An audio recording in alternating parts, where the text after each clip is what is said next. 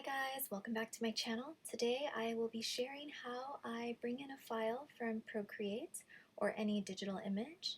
This one I designed on Procreate, how I bring it into the Silhouette Studio app or program and make a sticker. So kind of troubleshooting, giving you guys tips and tricks, basically everything you need to know to make a sticker.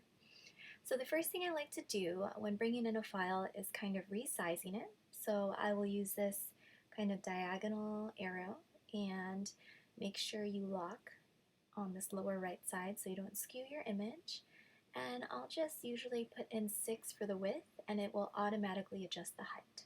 And this number I just came up with randomly a couple years ago, and it seems to work really nicely in that it brings it to a workable size, not too big, not too small.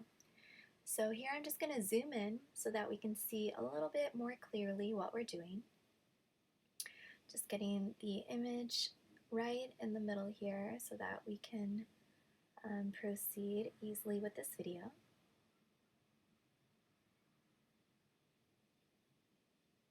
Alright, there we go. So the first thing you're going to want to do is to scroll over to your toolbar and find this trace icon. Click on that, and you'll have to go and select the trace area button before you highlight your image. So I typically like to highlight slightly a larger section so I don't cut off any parts of my image. And then I'll go to threshold here and swing it basically as far right as I can in where I can see that it's sort of yellowing out the majority of the image. And after that, I will trace and detach. And what this does is you're able to delete anything outside of this area. So if you had any random sketch marks or some, I like to call it dirt or like random marks on the side, you'll be able to click on the outside of the image. So I'm going to click here and basically click delete. So I'm just clicking delete on my keyboard, and now you have that part removed. So now your image is cleaned. I will go back to select trace area and highlight again, still in a large border around the image so we don't cut off anything that we want to include. And this time when we go to the threshold, we're not going to bring it all the way to the side. We're just going to highlight around, and I typically look for an outline, a nice dark yellow outline of the image, but not where it gets fuzzy. So I want the external border to still be pretty clear. And when I've accomplished that, I'm going to click on the Trace Outer Edge button down below.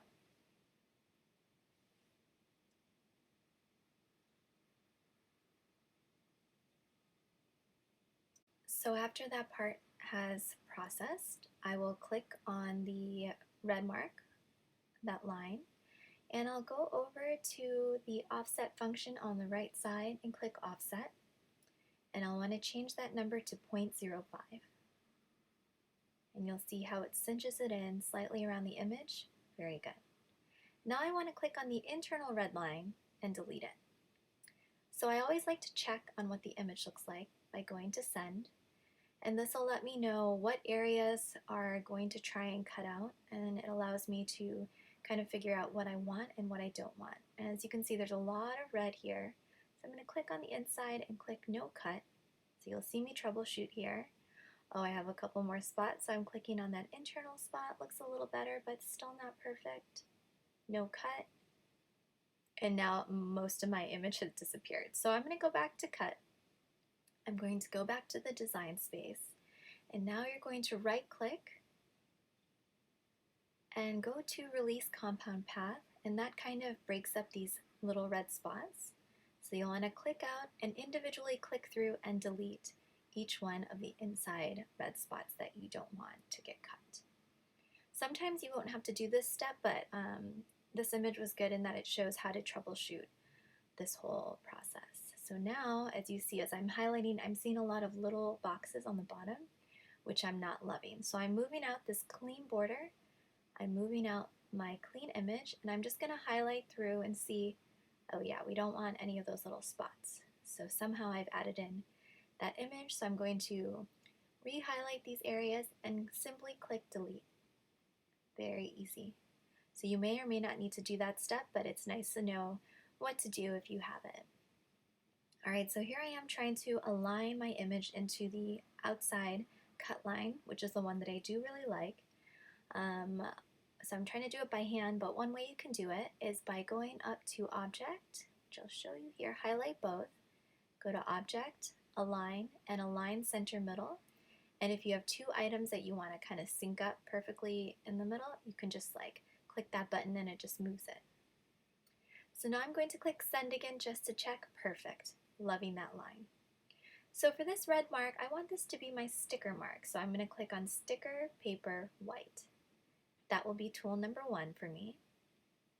Alright, so if you want to do an external cut line versus a sticker line, which is this red one, I'm going to click on it, go to Offset again, and I'm going to do 0.05.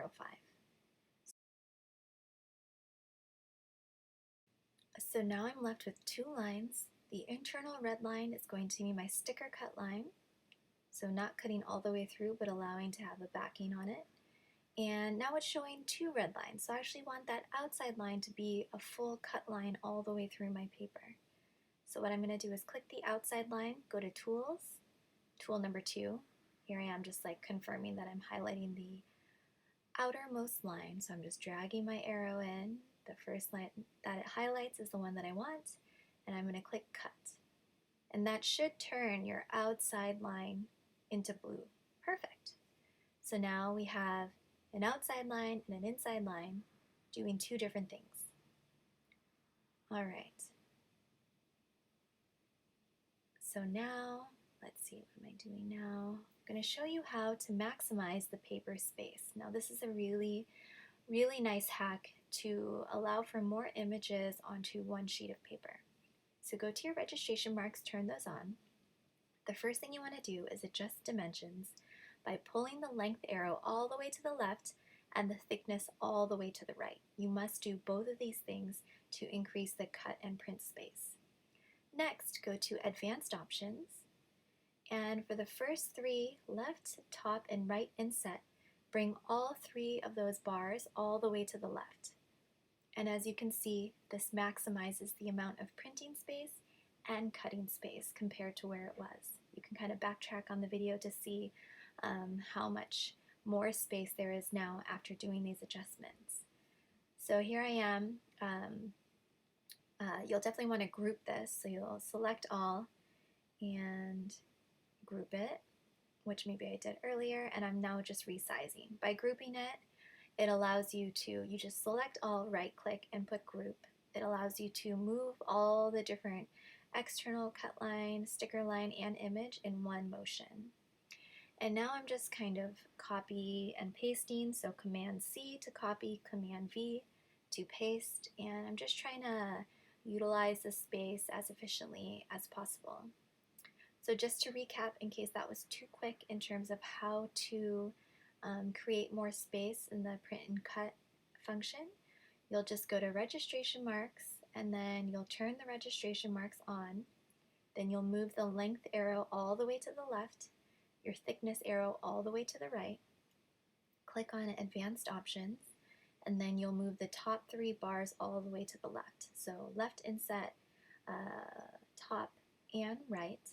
And for the bottom one, I wouldn't touch it. Sometimes I'll kind of mess around with it a little if I need just a little bit of space, but what happens is you risk losing that bottom left dark L that you see. Those are the registration marks, the three spots in bold. That allows your machine to pick up the image after you've printed it out and cut in the designated spots. So here I am just kind of command pasting the different images. As you can see, I sort of rotated some 180 degrees, and the reason for this was I felt like I could fit some more images onto the sheet. So if you have a lot of paper, or you're not too worried about like utilizing every spot, then you can just do it however you'd like. But for me, I find that if I'm printing sometimes like the exact same image on one sheet, it's useful to kind of rotate around because it seems to fit in a little bit better, like a puzzle sort of. So here I am taking one image, rotating it 90 degrees, because I felt like I could squeeze maybe 2 or 3 more images in at the bottom here. And there we go. So as I do this, make sure when you're done and you like where everything is, you save your work. I'll usually go to File, Save As to Library, and then if you wanted to export it to somewhere else, you would do File, Save As to Hard Drive. But I don't think I filmed myself saving, so just a little note. Alright, so after you have everything, you'll want to print it out. So I'm going to print, and one thing that's really important is you'll want to make sure on the print preview screen that you have that little L, this square, and this other L on the top right. Those are your registration marks. If you don't have that, even though it prints out, your machine is not going to read the printout and it won't cut. You'll have an error message. So that is really, really important. Make sure you check it before you print out like 10 sheets and realize you can't cut any of them. It's definitely happened to me.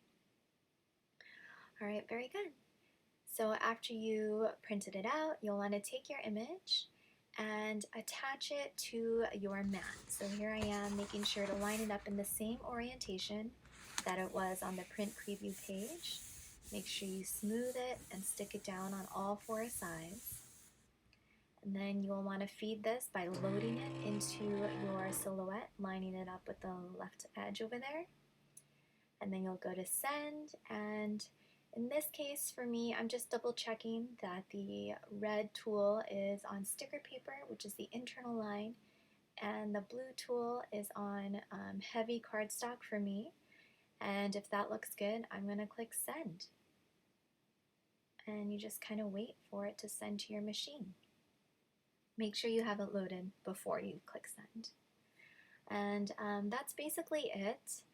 Hopefully you guys enjoyed watching this video and found it informative. Share it with your friends. I tried really hard to collect all the tips and tricks and troubleshooting things that I've learned over the years using my Silhouette to share it with you guys if you wanted to start up a sticker shop or make stickers for yourself or your friends. Here's some footage of my machine in action, just cutting through. And yeah, it's just been doing really well. So this is a cool way to bring some of your own art and make them stickers for your planners or journals, or if you're, like I said, starting a shop, this is how you do it. This is what I do.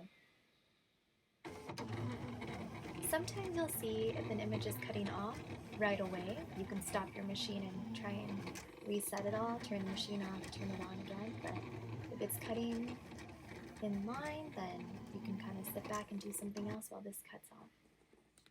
And here I am. My favorite part is peeling off the paper at the end. It's so therapeutic. And yay, we have our sticker. I'll be listing this one in my shop shortly. But alright, hope you guys enjoyed this video. Subscribe if you want to see more videos, comment down below, and I'll see you guys next time. Thanks.